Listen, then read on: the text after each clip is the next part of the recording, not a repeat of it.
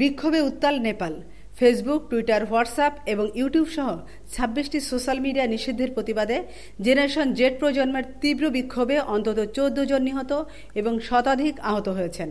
আজ ভোর থেকে এই পরিস্থিতি ক্রমশ অস্থির হয়ে ওঠে। এরই ধারাবাহিকতায় আজ হাজার হাজার জেনারেশন জেড বিক্ষোভকারী কাঠমান্ডুতে মিছিল করে সরকারকে সোশ্যাল মিডিয়া প্ল্যাটফর্মের উপর থেকে নিষেধাজ্ঞা প্রত্যাহার এবং দেশে ছড়িয়ে থাকা দুর্নীতির সংস্কৃতির অবসানের দাবি জানায়।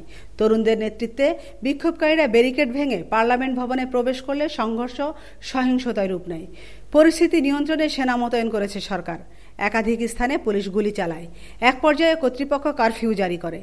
বিক্ষোভকারীদের অভিযোগ, সরকার নাগরিকদের মত প্রকাশের স্বাধীনতা হরণ করেছে, অথচ দুর্নীতির বিরুদ্ধে কোনো পদক্ষেপ নিচ্ছেন না। এই সিদ্ধান্তে ক্ষুব্ধ হয়ে তারা রাস্তায় নামে। আমেনা ইসলাম, নিউজ ডেস্ক, আজকের সংবাদ।